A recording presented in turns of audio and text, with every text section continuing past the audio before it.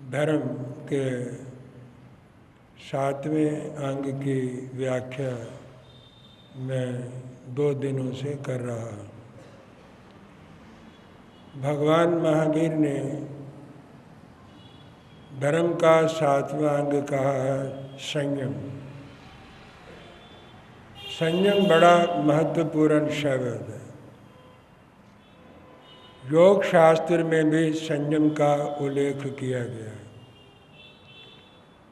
जैन धर्म में संन्यास लेना संयम ग्रहण करना माना जाता है। अर्थात सन्यासी साधु मुनि जब मुनि जीवन अंगीकार करता है तो वो ये प्रतिज्ञा करता है कि वो मन वाणी शरीर से संयमी बन कर के रहेगा। इसका मतलब ये है कि गृहस्थी प्रायः संयमी नहीं होते।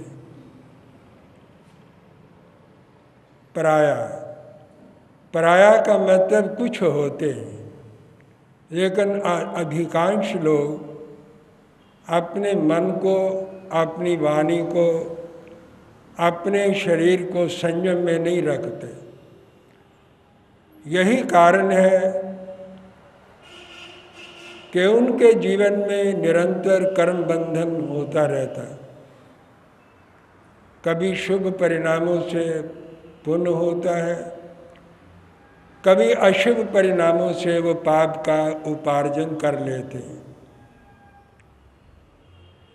तो गृहस्थी जब विरक्त होकर संन्यास लेता है, मुनि बनता है, तो वो संयम में आता है और उसकी हर क्रिया संयम पूर्वक होती है। मैं ये बात पहले आपको समझा चुका हूँ। 5 सम्मतियों में ये बात आ चुकी है कि मुनि का बैठना, उठना, बोलना, भोजन करना और अपने अन्य कार्यों को पूरा करना, उसको संपन्न करना, ये विवेक पूर्वक और यत्न पूर्वक होता है। तभी उसे संयमी कहा जाता है और तभी वो कर्म बंधन से बचता है और मोक्ष की साधना करने में वो लग सकता है। मैंने आपको कहा था संयम में 4 बातें आती: यत्न, विवेक, संभाव, एकाग्रता और ध्यान। 2 चीज़ों का महत्व कर्म भूमि में है। व्यक्ति को विवेक पूर्वक कर्म करना पड़ता है। कर्म करना पड़ता है, लेकिन विवेक पूर्वक करे तो वो संयम में आ जाता है। कर्म करते हुए भी उसे संयमी कहा जा सकता है। और संभाव, कुछ लोग यत्नपूर्वक विवेक पूर्वक काम करते हैं लेकिन संभाव नहीं रखते, क्योंकि एक व्यक्ति विवेकी है, ज्ञानवान है, समझदार है, वो तो हर काम विवेक से करता है। लेकिन उसके आसपास के जो लोग हैं, संगी साथी हैं, सहयोगी हैं, पारिवारिक लोग हैं, परिवार आपका भी है, परिवार हमारा भी है। शिष्य शिष्यों का एक परिवार होता है। हमारा धर्म परिवार है, आपका एक गृहस्थ परिवार है। तो एक समझदार व्यक्ति विवेक पूर्वक काम करता है, लेकिन उसके आसपास के लोग विवेक पूर्वक काम नहीं करते, वो अविवेक से चलते हैं। अविवेक से बैठते हैं, अविवेक से उठते हैं, अविवेक से बोलते हैं, अविवेक से खाते हैं, भोजन करते हैं और अविवेक से शयन करते हैं। फिर उन्हें शिक्षा देनी पड़ती है, उद्बोधन देना पड़ता है, समझाना पड़ता है, प्रेरणा देनी पड़ती है। और कभी कभी वो अपना संतुलन खो बैठते, समझते नहीं। और कभी कभी विपरीत परिस्थितियों का उस व्यक्ति को जो विवेक से काम करता है सामना करना पड़ता है। उसे तो विवेक नहीं है, ज्ञान नहीं है। अगर आप संभाव खो बैठेंगे, उसके व्यवहार से आपका संभाव प्रभावित होगा, तो आप अपने मन की शांति खो बैठेंगे, साधना नहीं कर सकेंगे। तो जो विवेक पूर्वक काम आपने किया है और दूसरा उसके विपरीत चल रहा है, तो भगवान ने कहा उसके लिए दो बातें हैं, उसे सहन करना, टॉलरेट करना, और अपने मन के संतुलन को बना करके रखें, शांति में रहें, मन को संतुलित बना करके रखें, और उसे प्यार प्रेम पूर्वक आप उसे शिक्षा देकर उस यतना के मार्ग पर आप उसे लाने का प्रयत्न करें। तभी आप का ये संयम रह सकता है। संयम के लिए आपका विवेक और आपका संभाव काम करता है। संभाव कौन रख सकता है? सब भूयप भूय सम्मन भूयां पासा पी आश्वस दंतस पावं कम्मं न बंदय। 10 वैकालिक सूत्र में भगवान महावीर ने कहा सब भूयत भूयस्व, दुनिया के सभी प्राणियों के अंदर जो आत्मा है उसको अपनी आत्मा के समान समझे। ये समभाव का पहला सूत्र है। पी आश्वस दंतस, जो आश्रम का निरोध करता है, और दंतस का मतलब अपना दमन करता है, अपना निग्रह करके रखता है, अपने को अपने वश में रखता है, दूसरे के अधीन नहीं करता। उसकी हर क्रिया हर व्यवहार अपने वश में है। पावं कम्मं न बंदहि, उसका संभाव रहता है और वो पाप कर्म का अनुबंध नहीं करता। तो संभाव के लिए सभी प्राणियों को अपनी आत्मा के समान समझना जरूरी है। आप समझें कि वो जो काम कर रहा है उसकी आत्मा आपकी आत्मा के ही बराबर है, समान है, और वो समझ सकता है, संयम में आ सकता है, विवेक पैदा हो सकता है। लेकिन प्यार की, प्रेम की, स्नेह की जरूरत। लेकिन अगर प्यार प्रेम स्नेह देने पर भी अगर फिर उसके अंदर यतना और विवेक नहीं आता है, तो ये पिछले जन्म के संस्कारों का परिणाम है। फिर उसका परिवर्तन देर में होगा, विलंब होगा, समय लगेगा, टाइम लगेगा। धीरे धीरे धीरे धीरे वो उस यतना के मार्ग को, विवेक के मार्ग को समझने का प्रयत्न करेगा। भगवान ने कहा ज्ञान जल्दी हो जाता है, विवेक जल्दी नहीं आता। क्षिपम न सकई विवेकमेयम्, व्यक्ति को विवेक जल्दी से नहीं आता। ज्ञान आ जाता है, विवेक नहीं आता। बड़े बड़े ज्ञानी होते हैं, विवेकी नहीं होते, समय पर विवेक खो बैठते हैं, अपने मन के ऊपर उनका नियंत्रण नहीं रहता। तो इसका अर्थ ये है कि संभाव और यतना विवेक, ये दो संयम के दो महत्वपूर्ण अंग हैं, और इनका उपयोग कर्म भूमि में ज़्यादा होता है। दो और चीज़ें, एकाग्रता और ध्यान, ये साधना की चीज़ है। जब आप अपने मन को एकाग्र कर लेंगे तो संयम हो जाएगा। जिसका मन कॉन्सेंट्रेटेड है, सेल्फ सेंटर्ड है, अपने आप में प्रतिष्ठित है, उसके मन से कोई बुरा विचार आ ही नहीं सकता। उत्पन्न ही नहीं हो सकता। अगर मन के अंदर बुरा विचार नहीं आया तो वाणी बुरी निकलेगी नहीं, और शरीर के द्वारा कोई बुरा कर्म होगा नहीं, क्योंकि मन ही मूलाधार है। तो जिसका मन एकाग्र है वो संयमी है। इसका अभ्यास हमेशा करना चाहिए। कुछ लोग एक काम करते हैं, विचार दूसरा चलता रहता है। काम कुछ हो रहा है, विचार कुछ हो रहा है, तो इसका मतलब एकाग्रता नहीं है। शास्त्र एकाग्रता का अभ्यास करने की बात करता है। जो काम किया जाए उसी में मन डाला जाए। मैं बोल रहा हूं, अगर मैं एकाग्र नहीं रहूंगा तो कुछ का कुछ बोला जाएगा, और आप खुद समझेंगे कि ये क्या हो रहा है।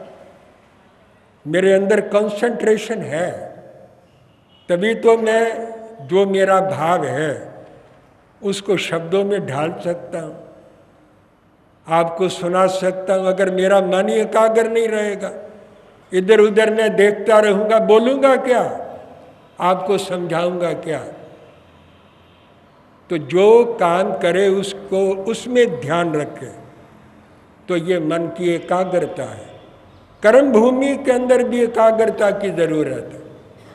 एक व्यक्ति सुई में धागा पिरोता है, एक माइनर चीज है, साधारण चीज है, लेकिन फॉर ए मोमेंट, 1, 2, 4 क्षणों के लिए अपने मन को एकाग्र करके ही धागा पिरो सकता है।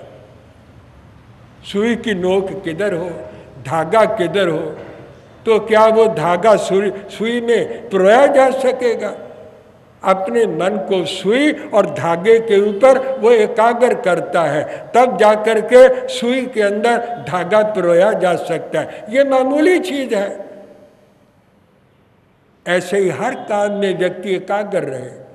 चल रहा है तो एकाग्र होकर के चले, ये नहीं कि इधर उधर देखता रहे, लोगों के रूप रंग देखता रहे, विभूषा देखता रहे, वेशभूषा देखता रहे, तो फिर दुकानें देखता रहे, साइन बोर्ड पढ़ता रहे, और चल रहा है, कहीं ना कहीं किसी को धक्का लगाएगा, कोई ना कोई दुर्घटना करेगा, कोई ना कोई गलत बात बनेगी। एकाग्रता ही नहीं है। तो एकाग्रता का अभ्यास केवल यहाँ नहीं होता है। आप जो काम कर रहे हैं वही एकाग्रता का अभ्यास हो सकता है। और अगर आप एकाग्र चित्त होकर कोई भी काम करें तो वो संयम में आ जाएगा। ये नहीं कि संयम यही होता है। एक साधु है, गोचरी जा रहा है, भिक्षा के लिए जा रहा है, घर में पहुंच गया। शास्त्र ने कहा है साधु का काम केवल किचन तक है, रसोई घर तक है, घरों के अंदर जाने का उसका कोई काम नहीं। ना दृष्टि डालनी है, ना घर के अंदर जाना है, ना घर की चीजें देखनी है, केवल रसोई में जाना है। उसने भिक्षा लेनी है, उसका ध्यान भिक्षा लेने में है। कितना लेना है, क्या लेना है, ये मेरे लिए अनुकूल है, प्रतिकूल है, ऐशनीय है, अनेशनीय है, भक्ष्य है, अभक्ष्य है, उसी के अंदर उसका ध्यान रहे तो वहां भी संयम है। संयम केवल उपास्य में नहीं होता, संयम तो हर क्रिया में होता है। विहार में भी संयम की जरूरत है, आहार में भी संयम की जरूरत है, और बातचीत के अंदर भी संयम की जरूरत है। हर चीज के अंदर संयम की अपेक्षा है। तो वहां पर अगर मुनि केवल अपने ध्यान के अंदर गोचरी ले रहा है, भोजन ले रहा है, तो वो संयमी पुरुष है। अगर इधर उधर झांक रहा है, देख रहा है, चीजें देख रहा है, कौन कौन सी चीजें पड़ी है, बातचीत में लगा हुआ है, तो वो संयम नहीं है। भगवान ने कहा हर क्रिया के अंदर संयम की जरूरत रहती है, तभी उसका प्रभाव पड़ता है और तभी वो महान पुरुष माना जाता है। तो मन की एकाग्रता ये संयम है। और ध्यान कर्म भूमि में नहीं लगता, ये साधना की चीज है। जब व्यक्ति साधना में बैठता है, ध्यान लगाता है, दुकान पर बैठ के ध्यान लगा लेगा तो कोई चीज़ ही उठा के ले जाएगा। वहाँ ध्यान कोई उपयोगी नहीं है। मैं एक उदाहरण दे रहा, एक संस्मरण सुना रहा, महत्वपूर्ण है, प्रेरक है। कानपुर में मेरा चतुर्मास था। सायंकाल को मैं भिक्षा के लिए गया, भीड़ भड़का बहुत था। एक किनारे से होकर मैं जा रहा था, सामने से एक साइकिल आ रहा था, एक साइकिल इधर से जा रहा था। अपनी अपनी साइड पर चले तो ये विवेक है, और विवेक पूर्वक साइकिल चलाए तो ये एक यतना है, और शांति पूर्वक चलाएंगे संभाग। लेकिन दुर्भाग्यवश दोनों साइकिलों की टक्कर हो गई, और एक व्यक्ति अपने साइकिल पर बैठा हुआ माला फेर रहा था, वो भी गिरा, और उसके हाथ की जो माला थी वो गटर में चली गई। वो दूसरे के साथ उलझा, लड़ाई हो गई, कहा सुनी हो गई। तो उसने कहा, मैं अपनी ठीक साइड पर जा रहा, तुम गलत साइड पर थे। मैं तो ठीक साइड पे जा रहा, गलती तुम्हारी है। वो बोला, मैं माला फेर रहा था, मेरे गुरु ने कहा है कि भगवान को हर वक्त याद रखो। तो मैं तो भगवान के नाम की माला फेर रहा था, मुझे ख्याल नहीं रहा साइड का। तो इसमें मेरा कोई दोष नहीं, मैं तो माला फेरने में लगा हुआ था। जब वो गिरा तो दोनों की कहा सुनी हो गई, और जो माला फेर रहा था उसने अपशब्द उसको कहे, गाली भी दी। तो उसने उसको एक बात कही, तेरे गुरु ने ठीक कहा कि भगवान को हर वक्त याद रखना चाहिए, इसीलिए तू माला फेरता ताकि भगवान हर वक्त याद रहे। लेकिन मैं देखता हूँ जब तूने मुझे अब शब्द कहे, गलती भी तुम्हारी है, और गलत शब्द तू मुझे बोल रहा है। जब हर वक्त भगवान को याद रखना है तो बोलते समय भगवान को याद क्यों नहीं रखा? अगर तुम्हें भगवान याद हो तो तुम अब शब्द कैसे बोल सकते हो, गाली कैसे दे सकते हो, दुर्वचन कैसे बोल सकते हो? जब दुर्वचन बोल रहे हो तो अब तो तुम्हें भगवान याद नहीं रहा, और माला फेरने में तुम भगवान को याद कर रहे हो। माला फेरना ये भगवान को याद करना तो है, लेकिन कर्म भूमि के अंदर कर्म कैसे करना है, उस वक्त अगर भगवान को याद रखा जाए तो तभी भगवान को याद करने का लाभ है। ये तो हर वक्त याद नहीं हुआ, ये तो तुम बचाव कर रहे हो, अपनी रक्षा कर रहे हो, और मुझे दोषी ठहरा रहे हो। मैं तो कोई माला नहीं फेर रहा, मैं विवेक से चलता हूँ और यत्नपूर्वक चलता हूँ। और अगर कोई दुर्वचन बोल देता तब भी संभाव रखने का प्रयत्न करता हूँ। अब तुम ये निर्णय लो कि माला फेरना केवल भगवान को याद करना है, या विवेक पूर्वक काम करना और संभाव रखना ये भगवान को याद रखना है। अब तुम निर्णय तुम ही इस बात का करो। मैं ये आपको कह रहा हूँ, ध्यान की हर वक्त जरूरत नहीं होती। कर्म क्षेत्र के अंदर कर्म का ध्यान रखना, यही ध्यान रखना है। अगर ध्यान लगाना है तो वो तो धर्म स्थान में लगाया जा सकता है, एकांत में लगाया जा सकता है, वहाँ प्रैक्टिस की जा सकती है। लेकिन कर्म भूमि के अंदर विवेक की, यत्ना की, एकाग्रता की और संभाव की जीवन के अंदर ज़रूरत रहती है। अगर इतनी बातों का ध्यान कर्म भूमि में रखा जाए तो ये संयम है। तो मैं अधिक बातें न करूं, इसके ऊपर और बोलने की ज़रूरत है। कल के प्रवचन में इसके संबंध में अन्य और बातें मैं आपके समक्ष प्रस्तुत करने का प्रयत्न करूंगा। बस आज इतना ही। जय अहिंसा।